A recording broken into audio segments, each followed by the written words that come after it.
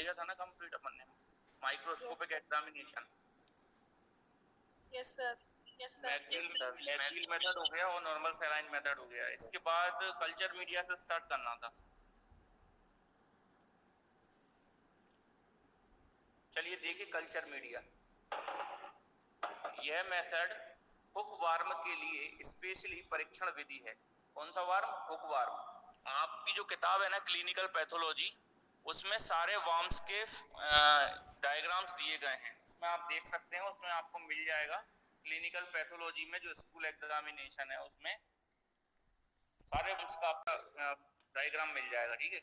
यह method hook warm के लिए स्पेशली परीक्षण विधि है। इस मेथड में एक फिल्टर पेपर पर थोड़ा सा स्टूल लेकर उसकी स्मीयर बनाई जाती है। इसके बाद बैक्टीरिया फ्री पेट्री डिश, इसमें बेटा ये गलत लिखा है, इस मेथड में एक फिल्टर पेपर लिखा है। फिल्टर पेपर पर थोड़ा सा स्टूल लेकर उसकी एक स्मीयर, फिल्टर पेपर ने एक स्लाइड पर लेकर, ठीक है। फिल्टर पेपर पर कैसे स्मीयर बनाएंगे?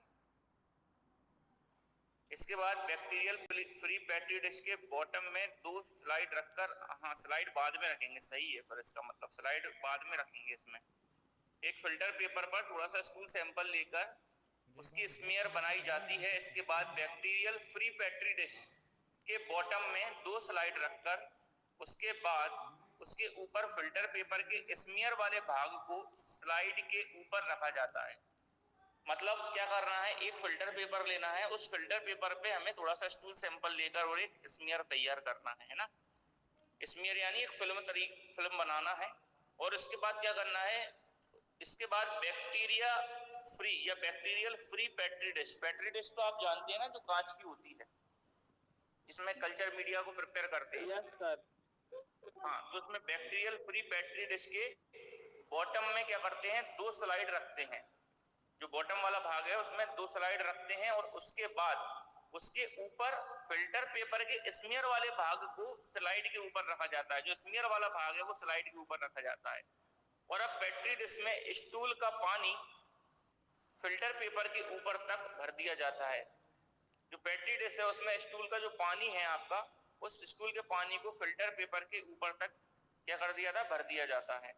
अब पेट्री डिश को ढककर 5 से 6 दिन के लिए रूम टेम्परेचर पर छोड़ दिया जाता है। स्टूल में मेनली 4 टाइप्स के वर्म्स का एग्जामिनेशन किया था, यानी कि 4 प्रकार के वर्म्स पाए जाते हैं जिनका हम स्टूल में एग्जामिनेशन करते हैं। पहला है आपका round worm. Round worm brown colour का राउंडेड लॉन्ग, क्या लिखा हुआ है इसने, अर्थवॉर्म लिखा है, अर्थ EARTH, अर्थवॉर्म्स के आकार का होता है। यह वॉर्म्स बच्चों में एवं बड़ों में देखने को मिलते हैं। ये ध्यान रखना, जो राउंड वर्म होते हैं ये राउंडेड कलर के होते हैं, गोल आकार के, क्योंकि नाम ही उसका राउंड वर्म है। तो ये राउंडेड शेप में पाए जाते हैं और ब्राउन कलर के राउंडेड या लॉन्ग अर्थवॉर्म की तरह ये दिखाई देते हैं। और यह वर्म्स किस में पाए जाते हैं, बच्चों में और बड़ों में, दोनों में ही ये देखने को मिलते हैं। दूसरा कौन सा वर्म है, पिन या थ्रेड वर्म्स। पिन वर्म या थ्रेड वर्म्स कैसे होते हैं, यह व्हाइट कलर के और थ्रेड के समान पतले पतले होते हैं। जो पिन होती है, आपने पिन देखी होगी, ठीक है, या थ्रेड होती है, ये थ्रेड के समान पतले पतले जो थ्रेड स्ट्रक्चर होती है, धागे नुमा स्ट्रक्चर, थ्रेड यानी जो धागे नुमा स्ट्रक्चर होती है, पतले पतले या पिन के समान ये दिखाई देते हैं। तो ये व्हाइट कलर के होते हैं और थ्रेड वर्म्स के समान ये पतले पतले होते हैं। और ये एनस पर रेंगते हुए पाए जाते हैं। जो मनुष्य का एनस वाला भाग होता है जहाँ से स्टूल पास आउट किया जाता है, उस पर ये रेंगते हुए पाए जाते हैं। और बच्चों में चुनमुने काटना इन वर्म्स के एनस में प्रेजेंट पीड़ा को कहते हैं। जो छोटे इन्फेंट होते हैं ना, बच्चे होते हैं, वो कहते हैं ना कि चुनमुने काट रहे हैं, तो वो चुनमुने इन्हीं वर्म्स के कारण काटते हैं जब वो एनस पर जाकर रेंगने लगते हैं। आया समझ में? आपने सुना होगा जो छोटे बच्चे रहते हैं वो कहते हैं, जो उनकी मदर होती है उनसे बोलते हैं कि मम्मी चुनमुने काट रहे हैं, तो वो चुनमुने किस वजह से काटते हैं, ये पिन या थ्रेड वर्म्स के कारण ही काटते हैं, ठीक है। तो बच्चों में चुनमुने काटना इन वर्म्स के एनस में प्रेजेंट पीड़ा को कहते हैं। इनको लिविंग स्टूल के साथ भी देखा जा सकता है। जो लिविंग स्टूल है, जीवित जो स्टूल होता है, उसके साथ भी इनको देखा जा सकता है। और ये व्हाइट फाइबर के समान गतिमान दिखाई देते हैं। कैसे दिखाई देते हैं? ये सफेद फाइबर के समान, फाइबर यानी होते हैं तंतु, ठीक है, ये सफेद फाइबर के समान गतिमान रूप से दिखाई देते हैं, यानी कि ये गतिशील होते हैं। इसीलिए इनको थ्रेड या पिन वॉर्म्स के नाम से भी जाना जाता है। ठीक है, यह है आपका पिन वॉर्म्स। नेक्स्ट आता है आपका हुक वॉर्म्स। चार प्रकार के वॉर्म्स हैं। पहला राउंडेड वॉर्म्स, दूसरा पिन वॉर्म्स, तीसरा है आपका हुक वॉर्म। हुक वॉर्म कैसे होते हैं? यह छोटे छोटे कद्दू के बीज के आकार के वॉर्म्स स्टूल के साथ निकलते दिखाई देते हैं। कैसे होते हैं? ये छोटे छोटे होते हैं और कद्दू का आपने बीज देखा हुआ, कद्दू की सब्जी जो आती है उसमें बीज निकलता है। तो जो कद्दू के बीज के आकार के छोटे छोटे वर्म्स होते हैं, ये स्टूल के साथ निकलते दिखाई देते हैं। वैसे तो यह वर्म्स व्हाइट कलर के होते हैं, पर पेशेंट की आंख से ब्लड शक करने से यह रेड कलर के दिखाई देने लगते हैं। वैसे इनका कलर कैसा होता है? व्हाइट होता है। लेकिन जब ये पेशेंट की इंटेस्टाइन आंत से चिपके रहते हैं और क्या करते हैं, पेशेंट की जो इंटेस्टाइन होती है, जो आंत होती है, उससे क्या करते हैं, ब्लड को शक करते हैं, ब्लड को चूसने का काम करते हैं, शक करने का काम करते हैं। तो क्या हो जाते हैं, ये जैसे ही ब्लड शक करेंगे तो आरबीसी इनके अंदर प्रेजेंट हो जाएगी, आरबीसी इन वॉर्म्स के अंदर चली जाएगी, तो ये कैसे कलर के हो जाएंगे? रेड कलर के हो जाएंगे। ठीक है, तो वैसे ये वॉर्म्स व्हाइट कलर के होते हैं, लेकिन जब पेशेंट के इंटेस्टाइन से चिपके रहते हैं तो उस समय ब्लड शक करने से ये रेड कलर के दिखाई देने लगते हैं। इनके आगे की ओर माउथ होता है जिसमें कई कांटे लगे हुए होते हैं, ये इनकी पहचान है। क्या होता है? इसका आगे की तरह मुंह होता है और इसमें कई कांटे लगे हुए होते हैं। एक सेकंड रुकना बेटा। इनका आगे की ओर मुख होता है, जिनकी सहायता से यह वर्म इंटेस्टाइन की वॉल यानी दीवार से चिपके हुए रहते हैं। ठीक है, किसकी सहायता से? जो कांटे होते हैं, इन कांटों की सहायता से ये जो ह्यूमन इंटेस्टाइन है, मानव की आंत होती है, उसकी वॉल से यानी उसकी दीवार से चिपके हुए रहते हैं और ब्लड को शक करते हैं। जो मेल वॉर्म होता है वो 3 से 4 सेंटीमीटर लंबा होता है और जो फीमेल वॉर्म होता है वो 1 सेंटीमीटर लंबा होता है। ये इनकी पहचान है। ठीक है, आया समझ में इतना?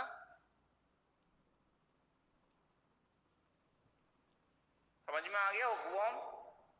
Yes sir. इसके बाद जो आता है आपका नेक्स्ट है वो टेप वार्म है। चौथा जो वार्म है टेप वार्म। तो यह ह्यूमन की इंटेस्टाइन से चिपके रहने वाला बहुत लंबा, लगभग 6 से 8 सेंटीमीटर लंबा और सेगमेंट में डिवाइडेड व्हाइट कलर का फीते के समान वार्म होता है। ये सेगमेंट लिखा है, सेगमेंट होता है, इसने गलत लिखा है, सेगमेंट होता है, SEGMENT, सेगमेंट कर लेना इसको आप। ठीक है, सेगमेंट।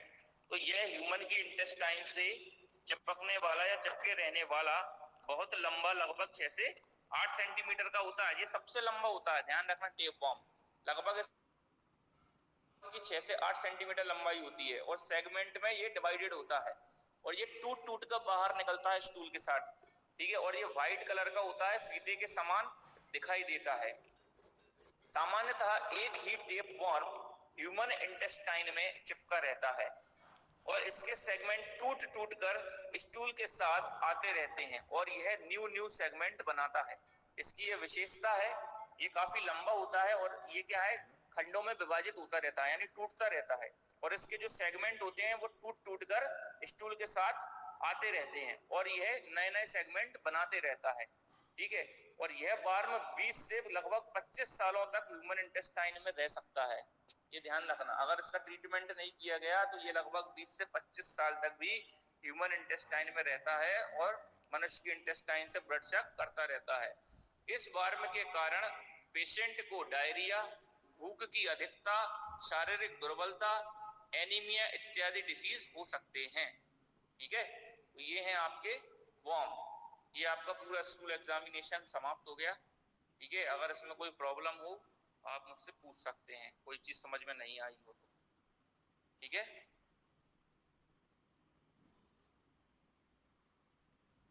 कोई दिक्कत? स्टूल एग्जामिनेशन में।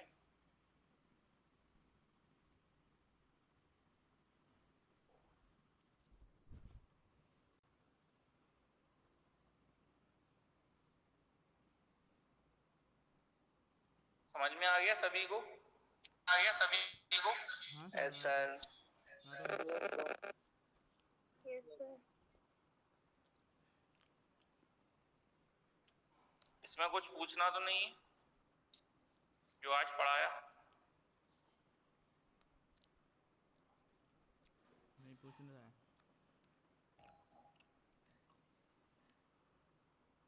ठीक है, तो ये आपका स्टूल एग्जामिनेशन समाप्त हो गया है ना।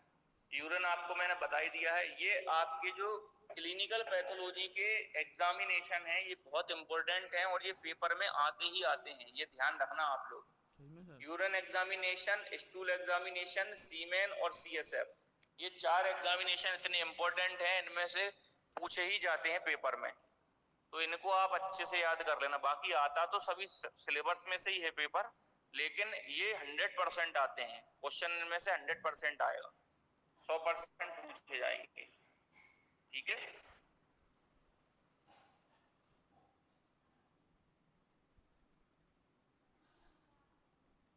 सर फर्स्ट ईयर में तो हेमेटोलॉजी अकेले पूछ